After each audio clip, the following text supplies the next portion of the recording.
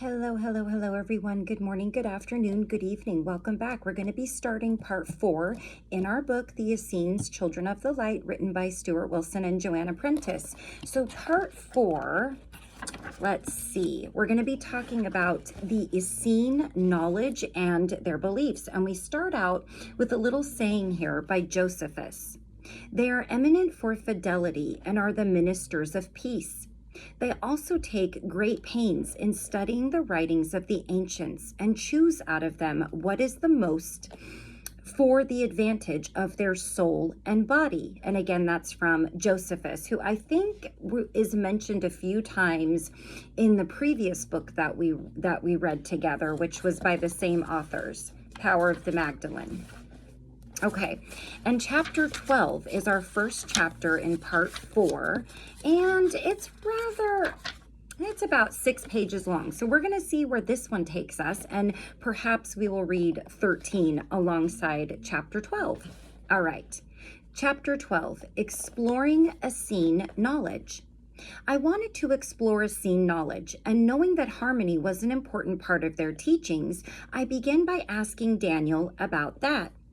Daniel, for us, there are many forms of harmony, the most important being harmony with the Heavenly Father and the earthly Mother. We see harmony as the central law of the universe, with all other laws supporting and sustaining it. So harmony is one of the key elements in our system, together with truth and peace and unconditional love. Harmony, truth, peace, and love are the 4 pillars on which we build our house. And without any of those 4 pillars, the house would not stand.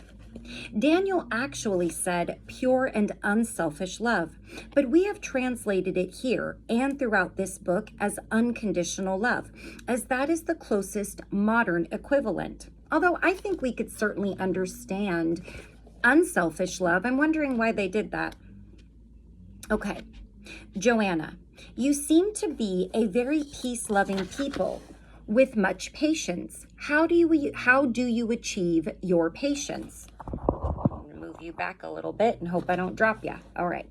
Daniel says, we realize that there is a right time for everything and that God knows this time and will present the gift, whatever it may be, the skill, the talent, the wisdom, at the most fitting time for us to receive it. So this gives us patience because we know that God is in charge of the timing aspect of our lives. And all we have to do is to trust and go forward a day at a time. This is funny. This really ties in with the short that I shared yesterday. And it had to do with not knowing the why, the who, the where, and the when, trusting the universe with the little details of your dreams, your goals, your aspirations, not being so fixed on all of the little things that come with it. And if our hearts are open and we go forward in love, then the time is always right for us. So we walk on in trust, accepting all that happens to us, even if we don't understand it, as the gift of God. Yet though we accept all, we try to choose from moment to moment the path of greatest good. We attune in our hearts to see if any course of action is having a good effect in our lives, to see if it is expanding our awareness and raising us to greater heights. We aspire to those heights, to the light, for we believe that we are the children of the light, and those are both light with a capital L. Joanna, sometimes your friend Joseph is referred to as a rabbi. Could you comment on that? Daniel, well, rabbi just means teacher. Joseph teaches by example, I think, and by his presence. He has a quietness and integrity about him, so you feel he is securely founded upon inner wisdom, something beyond words. The Essenes have always known that words can be overvalued. We know that what happens in the heart is more important than all the ideas in the head. The business of the heart is the business of greater priority, we would say. What is occurring in the heart is the key to how we are moving along a spiritual path, how we are moving towards the light. The heart holds the essence of things, and as Essenes, we are concerned with the essence rather than the outer husk. We have found that what really moves people forward is energy experienced in the heart, not words and ideas circulating in the mind. The mind might try to persuade you that ideas are all that really matter, but that is a lie. Joanna, still, if you're trying to teach people, you have to give them some words, a story, or something to hold on to. Daniel says, yes, that is true. Yet we try to go beyond words and convey the essence, the fundamental nature of things. We know the nature of the universe through the wisdom of the Kalu and others. We know that the universe is a web of consciousness founded upon harmony and sustained by love. It is like a great rocking stone which pivots on a single point. If you push the stone in any direction, it moves back towards the center again to restore the balance, to restore the harmony. That is the process of it. Consciousness is the intelligence of it, and the energy of it is love. The universe is sustained by love, by a great ocean of cosmic love, unconditional love, or unselfish love. Joanna, I've always felt that love, harmony, balance, and wholeness were most important teachings. Daniel, yes, and what is more important to teach the young than these things? If our children are totally ignorant of everything else and yet know of these things and use them to guide their lives, then they will live well, as truly human beings and be happy. But if they know of all the other knowledge in the world and are ignorant of these things, then they will make many errors in their lives and make misery for themselves and for others also. Our teachings gave us a balance, a wholeness that many others lacked. For example, a rabbi in the synagogue might have a brilliant mind and be very strong in debating the law, but be quite frail and as a child upon the emotional level of his being. In comparison to this, we are balanced and whole upon many levels. Through our daily attunements and through living anchored within these energies, we harmonize our being with the greater whole. Every human being is a microcosm of the universe, and within our bodies and minds, the forces of the universe flow and resonate. By attuning to these forces and becoming conscious of them, we integrate ourselves into the universe and bring spirit and matter ever closer together. When the universe and the human being are fully merged and integrated, we become the living truth, an embodiment of wholeness, harmony, light, and peace. Joanna, it seems very important that this information is handed down and not lost. And Daniel says, indeed, but the knowledge alone is only part of the key. To say the words of our attunements in the morning and then to forget them and go about your work will not bring much result.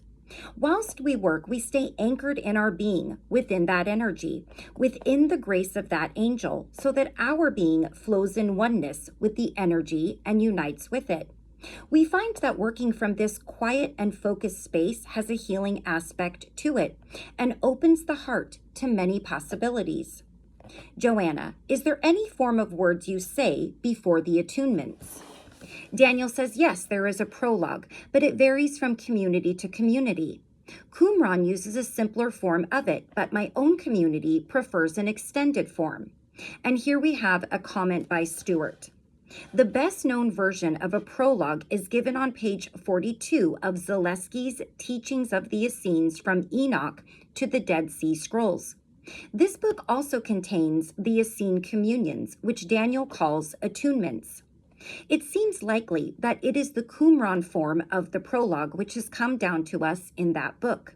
Zalesky also gives an alternative form on page 12 of the Essene Gospel of Peace, Book 4. That form of words is the source of the Essene network version of the prologue, which I have also adapted a little. So here's a little example.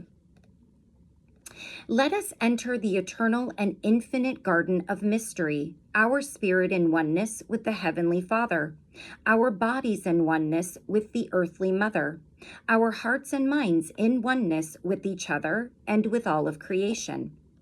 I think what Daniel said about the teachings will strike a chord with many people. The teachings of the Essenes were simple and yet so profound that they attune us to the very center of things, the the essence of all that is.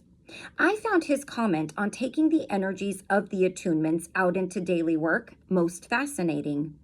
The modern parallel here would be karma yoga, where the spiritual practice, meditation, prayers, puja, or the morning service in monastic orders is taken out into the work of the day and becomes the still center around which all the activities of the day revolve. One can sense that the Essenes had developed a whole science of handling energies, drawing parallels between human aspects and different energy sources in the cosmos. I wondered whether the Essenes distinguished between the universe and the cosmos. I got Joanna to ask about this, and here is Daniel's reply. I think that was Stuart still speaking. Okay, so Daniel says, the universe, the cosmos, the heavenly Father, celestial man, supreme wisdom, the totality of knowledge, all these terms are used for the same. This is God manifested in creation. Joanna, so you see God as the universe. And Daniel says, God in manifestation, yes, but God is also the infinite source beyond manifestation, the eternal mystery. There are Kabbalistic overtones here, so I followed this up with a question. Joanna, did the Kabbalah influence your teachings? And Daniel says, of course, but that is a whole life study in itself, I think. The tree of knowledge certainly helped me to see how high the Elohim were. Even archangels are called Beni Elohim, sons of the Elohim. The tree of knowledge reminded us that everything in creation is balanced. There are resonances connecting every level, and there is always an inner and an outer. And of course, we interpreted the whole of the Essene way as a tree of wisdom. Comment by Stuart. This balance of inner and outer was clearly important to the Essenes, for Daniel stressed it often. By this point, we could see that his general method of dealing with questions was to answer first at a basic level, and then soar up into the subtle and the universal. Clearly moving from the outer to the inner was deeply instinctive to Daniel, and this was the way he habitually worked. By following this through Daniel's statements, we got a real feeling of the way the Essene mind functioned. Although realistic and practical, it always seemed to be striving upwards towards the ideal. Joanna, you seem often to be striving towards perfection. Do you see yourselves as consciously doing this? And Daniel says, of course. I was greatly influenced by the master Pythagoras, and one of his guiding principles was that the soul can rise in union with the divine. I saw in this the best hope for the progress of the individual and the spiritual development of humanity. The depth and subtlety of Daniel's answers also served to underline how broad and universal Essene philosophy really was.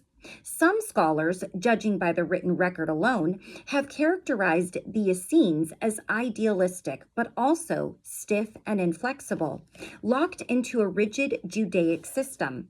However, Daniel was the living refutation of that oversimplistic perception. With all this information from him, we were able to see that the Essenes had a very esoteric view of things, but also a very practical and pragmatic view.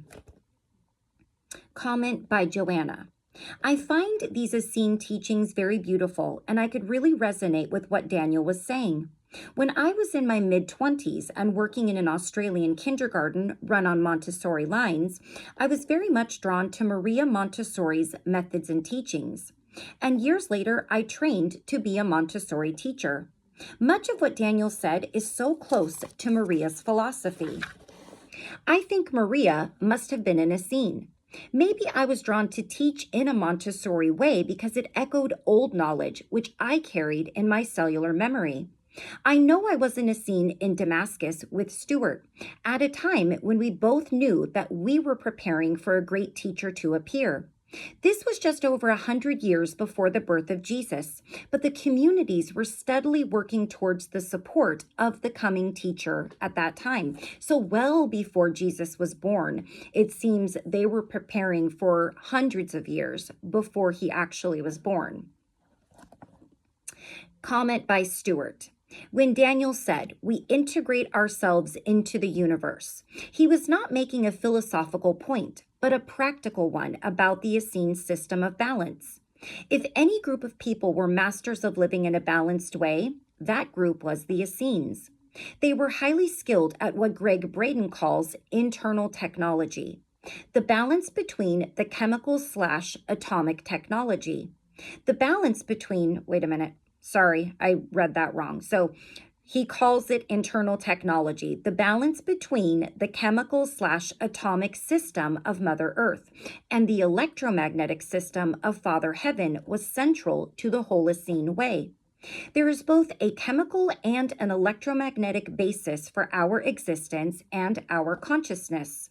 And we cannot function at peak efficiency if each system is not healthy, and there is not a proper balance between these two systems. The Essenes understood this, and what they were developing was really a kind of Western yoga, a practical path of integration that brought balance into every aspect of their lives. All the brothers spent some part of every weekday in physical work, and that alone must have ensured that many of the ills which confront modern psychotherapists never had a chance to flourish. The Essenes knew well, as do Native American medicine teachers and shamans in every culture, that good grounding is absolutely essential if you are to work safely with high levels of spiritual energy. It is only the Christian perception of the physical body, seeing it both as unspiritual and unconnected in any way with spiritual development, which has hidden from us this basic truth of the human condition. The Essenes blended the energies of mind and heart and hand in a way that revealed the true extent of human potential. Grounded securely by regular physical activity, they were able to soar upwards into spiritual heights, undreamed of by their conventional neighbors. Okay, so we're going to stop right there. And in the next video, of course, we will read chapter 13, which is titled The Essene Libraries. And I think this one is quite comparable in its length. Like I said before, what seems quite short or shorter can take a little more time to read. It's a bit deceiving. So we'll stop right there, and in the next video, we will read our next chapter. And until I see you again, take care of you and take care of those around you. I love you all very much, and I will see you soon for our next chapter. Bye-bye.